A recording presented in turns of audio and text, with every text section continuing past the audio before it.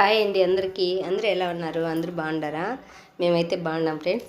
ఇంట్లో పని అంతా అయిపోతానే ఒక్కరోజైనా అమ్మవారి గుడికి పోవాలి అని అనుకున్నాను. మీకు కూడా చెప్పినా కదా, నేను పొద్దున అమ్మవారి గుడికి అయితే వెళ్తాను. ఈరోజు పూలు కూడా లేవు తెచ్చుకోవాలని. పూలు పండ్లు అన్నీ తెచ్చుకున్నా ఫ్రెండ్స్. పూలు అయితే దండిగా తెచ్చుకున్నాను. రేపు ఇదే దేశం కాబట్టి రేపు బాగా పూజకి కావాలని. నాకైనా దండిగా పడతాయి.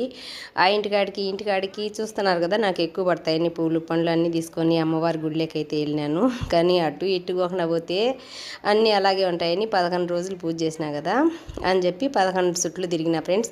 అమ్మవారి చుట్టూ 11 చుట్లు తిరిగే తలకి ఆ చుట్టూ గుడ్డ కట్టేసినారు. అమ్మ దర్శనం కాలేదు. అమ్మనైతే రెడీ చేస్తూ ఉన్నారు. ఈరోజు అవుతారు అమ్మ కాళికామాతను మహిషాసురుడి మద్దని రెడీ చేస్తూ ఉన్నారు.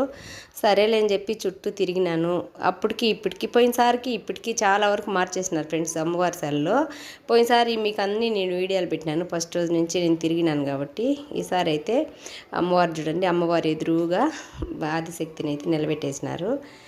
అన్నీ దేవుడు బొమ్మలు అన్నీ ఉన్నాయి. చుట్టూ డెకరేషన్ అంతా మార్చేసినారు ఈసారి.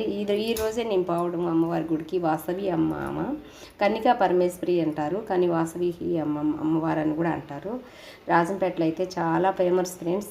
అవునా, రోజు ఒక అవతారము, కానీ చాలా అంటే చాలా బాగా చేస్తారు. కానీ నైట్ పూట అయితే ఎంత బాగుంటుందో చూడండి. కళ్ళు ఉండవు అసలు, 2 కళ్ళు చాలు అమ్మని చూడడానికి. నైట్ పూట అయితే చాలా బాగుంటుంది. ఆ అదృష్టం మనకెట్టొస్తుంది. రాజంపేటలో ఉండే వాళ్ళకైతే రోజు చూస్తారు బాగా. కన్నుల పండగగా ఉంటుంది ఫ్రెండ్స్. రాజంపేటలో ఉండే వాళ్ళైతే ప్రతిరోజు అర్ధరాత్రి వరకు కూడా వేసుకాలు వేయడము, అమ్మవారిని అన్నీ డెకరేషన్ చేయడము, అరికథలంట చాలా అంటే చాలా బాగుంటుంది రాత్రిపూట అయితే.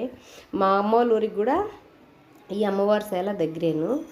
అప్పుడైతే మాకు చిన్నపిల్లలప్పుడు తెలియక అమ్మవారి సెల్ల అమ్మవారు అని అంటా ఉన్నాము. ఇప్పుడైతే తెలుసుకున్నాం పేరయ్యి. ఇంకా అటు వచ్చి ఇటు వచ్చేసి ఇంకా టెంకాయ కొట్టుకొని అచ్చం చేయించుకొని వచ్చినాం ఫ్రెండ్స్.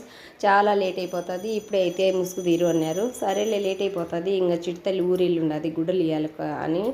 రేపు ఇదే దేశం పండగ కదా, చిన్న పాప లేదు ఈడ, వాళ్ళ అవ్వోళ్ళ ఊరికి వెళ్ళి ఉండదు. కొత్త ఆ పాపకు 2 డ్రెస్సులు తీసుకొని పోయి ఆ పాప ఆటో వాళ్ళ చేతికి డ్రెస్సులు ఇచ్చి మళ్ళీ తిరిగి మార్కెట్కి వచ్చి కూరగాయలు తీసుకొని ఒక పని కాదు ఫ్రెండ్స్, అన్నీ చూసుకొని వచ్చినాము.